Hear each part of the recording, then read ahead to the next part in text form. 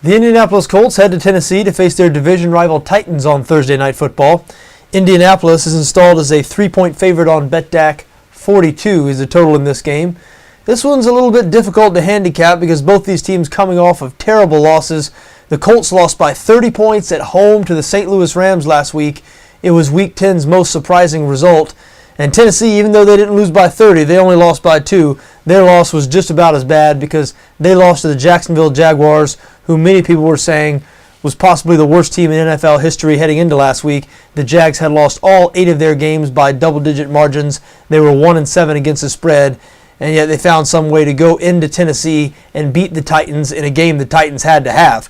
After all, the Titans now sit at 4-5, 2 games back of Indianapolis in the AFC South. If they'd have been able to beat Jacksonville last week, and they were double-digit favorites, this game on Thursday night would be for first place in the AFC South. Now, Indianapolis, as we said, is a short favorite here. They're a 3-point favorite, and they have been a popular public bet. And it's easy to understand the Colts' love in this situation. They've been better than Tennessee this year. I mean, coming into last week's game, many people thought Indianapolis was possibly the second best team in the AFC, and they've already beaten the best team in the AFC, the Denver Broncos. The Colts have beaten Denver, San Francisco, and Seattle, maybe the 3 best teams in the entire NFL. Yet, in addition to their loss last week, they've had a couple other puzzling performances. A loss 4 weeks ago to the San Diego Chargers, in which they failed to produce an offensive touchdown, was certainly strange because the Chargers do not have a particularly good defense this season. So the Colts have been very inconsistent, but this is a team that generally responds well to adversity. They are 10-1 against the spread in their last 11 games following a loss.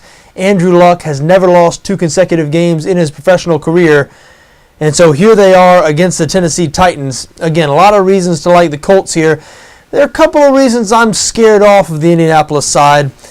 I'm really troubled by what I've seen out of the Colts offense since they lost leading receiver Reggie Wayne a couple of games ago. I guess that was 3 games ago now. They've played 2 games without Wayne, and in those 8 quarters, they have been atrocious offensively in 7 of them. The one exception, of course, the 4th quarter against the Houston Texans a couple of weeks ago when they came back to beat the Texans 27-24 in overtime after falling behind 24-6 late in the 3rd quarter.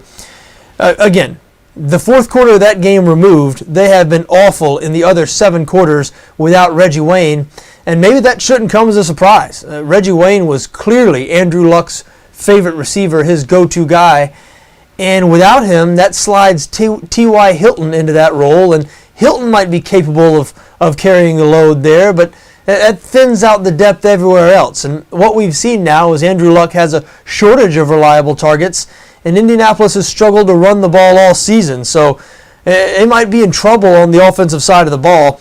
And the Tennessee Titans, very good on defense, top 10 in the league in both yards allowed and points allowed. They're especially good in the secondary, 8th in the NFL in passing defense. So I'm not sure the Colts are going to have a whole lot of offensive success in this game.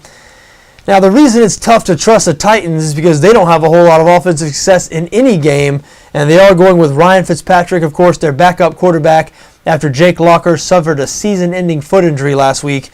Fitzpatrick will be the quarterback in Tennessee for the remainder of the year. He's had extensive starting experience in Buffalo and had some good years for the Bills, but hasn't looked good this season in limited action in Tennessee. So don't have a whole lot of faith in Fitzpatrick and the Titans offense in this situation either, which is why my favorite bet here is the under. We see 42 is a total on BETDAQ, and that is a relatively low total.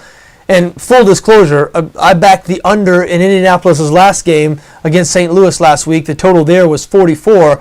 If you'd have told me the Colts were only going to score 8 points in that game, I would have felt pretty good about my under bet. Of course, I ended up losing as the Rams won 38-8, total being 46, lost by 2 points. But I still think the under is the right play in this situation. Listen, we know totals are a little unpredictable. Sometimes things can happen like we saw in the St. Louis game last week. We had a punt return, we had a defensive touchdown, and certainly if things like that happen, you can't expect to win an under bet. But it is my favorite bet in this situation. As I said, a little bit scared off of the Colts side because, number one, I'm not sure how well their offense is going to be able to move the ball against the Tennessee defense. And also, the weakness of the Indianapolis defense is their run defense. The Colts 26th in the NFL against the run. the Titans are certainly going to make a commitment to running the ball with Chris Johnson. Johnson has gotten plenty of opportunities this season. Hasn't really made the most of them. He's averaging less than 4 yards per carry, but he is on track for another 1,000-yard season. So the Titans can run the football. Johnson's had some nice games this year. So, again, a little bit scared off the Colts side, and I just don't think Tennessee is good enough on offense to really trust them with your money. So I guess I have a slight lean towards Indianapolis -3 here, but again, my favorite bet is under 42.